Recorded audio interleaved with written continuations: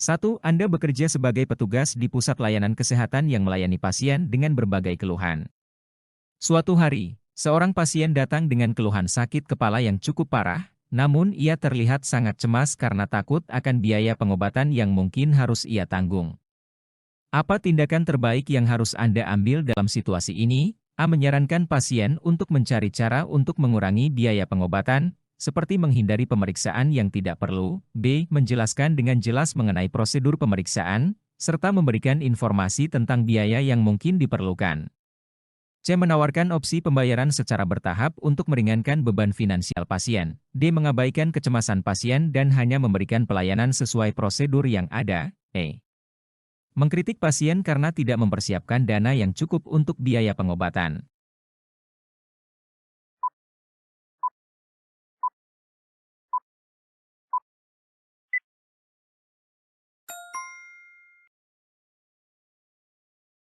Tindakan terbaik yang harus Anda ambil dalam situasi ini adalah B. Menjelaskan dengan jelas mengenai prosedur pemeriksaan, serta memberikan informasi tentang biaya yang mungkin diperlukan. Menjelaskan prosedur pemeriksaan dan memberikan informasi tentang biaya yang mungkin diperlukan, membantu mengurangi kecemasan pasien, dengan memberikan kepastian mengenai langkah-langkah yang akan diambil, dan biaya yang akan ditanggung. Hal ini menunjukkan empati dan membantu pasien merasa lebih tenang. Selain itu, ini juga merupakan tindakan yang profesional dan sesuai dengan etika pelayanan kesehatan. 2. Anda adalah seorang manajer proyek di sebuah perusahaan multinasional yang memimpin tim dengan anggota dari berbagai belahan dunia. Karena perbedaan zona waktu, beberapa anggota tim seringkali mengirimkan pesan atau dokumen penting di luar jam kerja reguler, yang mengganggu waktu istirahat Anda dan rekan-rekan tim lainnya. Anda perlu menentukan tindakan yang paling sesuai untuk menangani situasi ini. Tindakan Anda, A. Menetapkan kebijakan yang membatasi waktu komunikasi dalam aplikasi manajemen proyek, hanya selama jam kerja resmi untuk menghormati waktu istirahat malam anggota tim. B. Mengirim pesan pribadi kepada anggota tim tersebut, untuk mengingatkan mereka agar menghindari komunikasi di luar jam kerja dan menjelaskan dampaknya terhadap kesejahteraan tim. C. Mengabaikan gangguan tersebut, dan tetap merespons pesan atau dokumen meskipun di luar jam kerja untuk menjaga alur kerja proyek yang lancar. D. Membuat peraturan bahwa semua komunikasi dilakukan melalui aplikasi manajemen proyek, termasuk di luar jam kerja, untuk memastikan semua informasi tercatat dengan baik. E. Mengadakan rapat tim untuk mendiskusikan dan menetapkan pedoman komunikasi yang efektif, yang dapat menyesuaikan perbedaan zona waktu tanpa mengganggu waktu istirahat.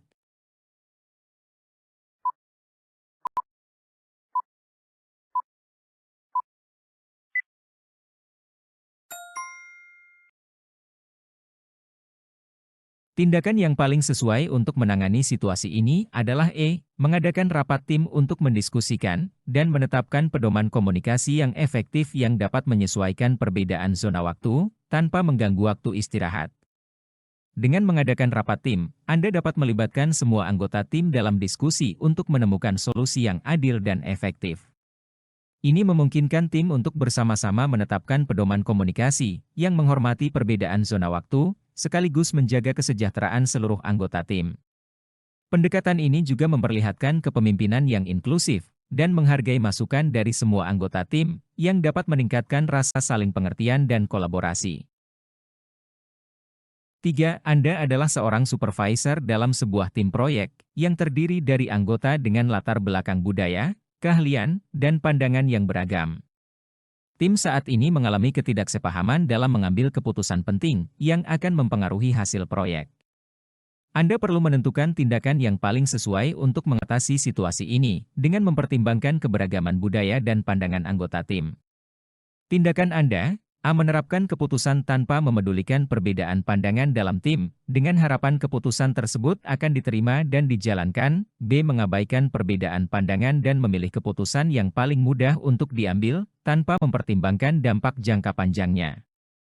C. Mengadakan pertemuan khusus untuk mendiskusikan perbedaan pandangan, dan mencari solusi bersama yang mempertimbangkan berbagai sudut pandang anggota tim. D. Memaksa anggota tim untuk menerima pandangan mayoritas tanpa diskusi lebih lanjut, untuk mempercepat pengambilan keputusan. E. Mengambil keputusan sendiri untuk menghindari konflik dalam tim. meskipun keputusan tersebut mungkin tidak mempertimbangkan semua pandangan yang ada.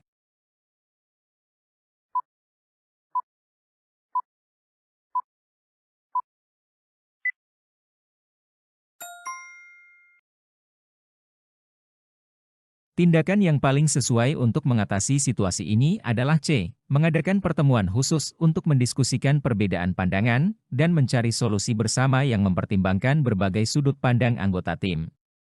Mengadakan pertemuan khusus memungkinkan semua anggota tim untuk menyampaikan pandangan mereka, yang merupakan langkah penting dalam menciptakan solusi yang inklusif dan dapat diterima oleh semua pihak.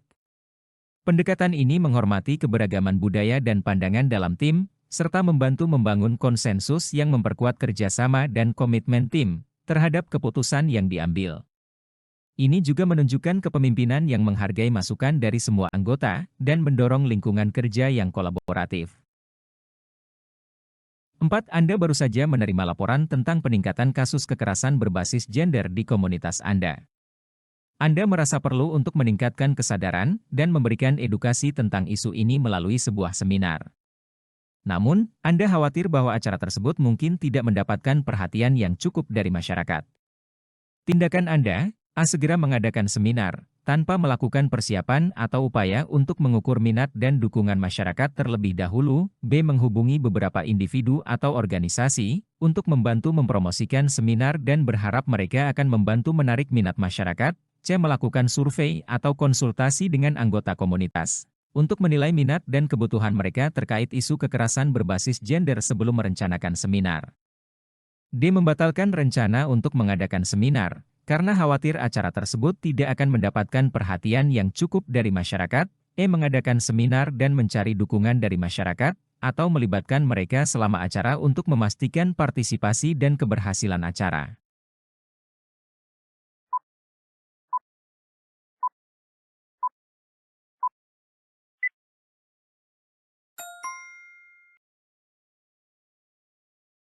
Tindakan yang paling sesuai untuk mengatasi situasi ini adalah C. Melakukan survei atau konsultasi dengan anggota komunitas untuk menilai minat dan kebutuhan mereka terkait isu kekerasan berbasis gender sebelum merencanakan seminar.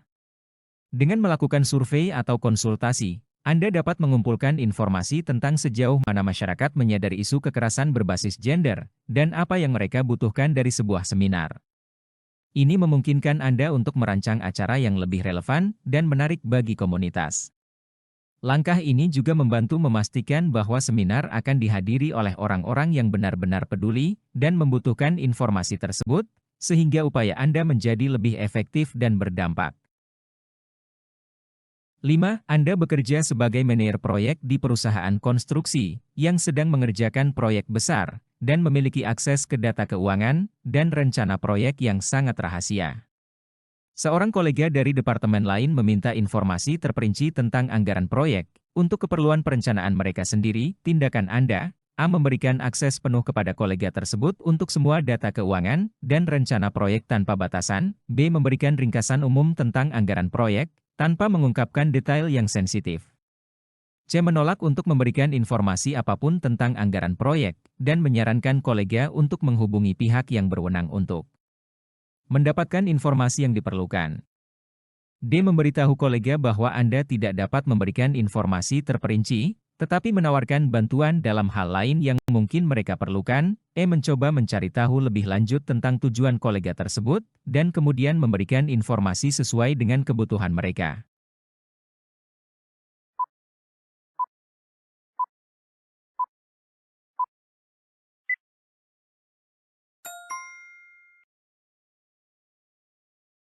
Tindakan yang paling sesuai dalam situasi ini adalah B. Memberikan ringkasan umum tentang anggaran proyek, tanpa mengungkapkan detail yang sensitif. Memberikan ringkasan umum memungkinkan Anda untuk membantu kolega Anda dengan informasi yang cukup untuk perencanaan mereka, tanpa mengungkapkan detail yang bisa membahayakan kerahasiaan proyek. Ini menjaga keamanan data rahasia dan mematuhi kebijakan perusahaan mengenai akses informasi, sambil tetap mendukung rekan kerja dengan informasi yang relevan dan bermanfaat.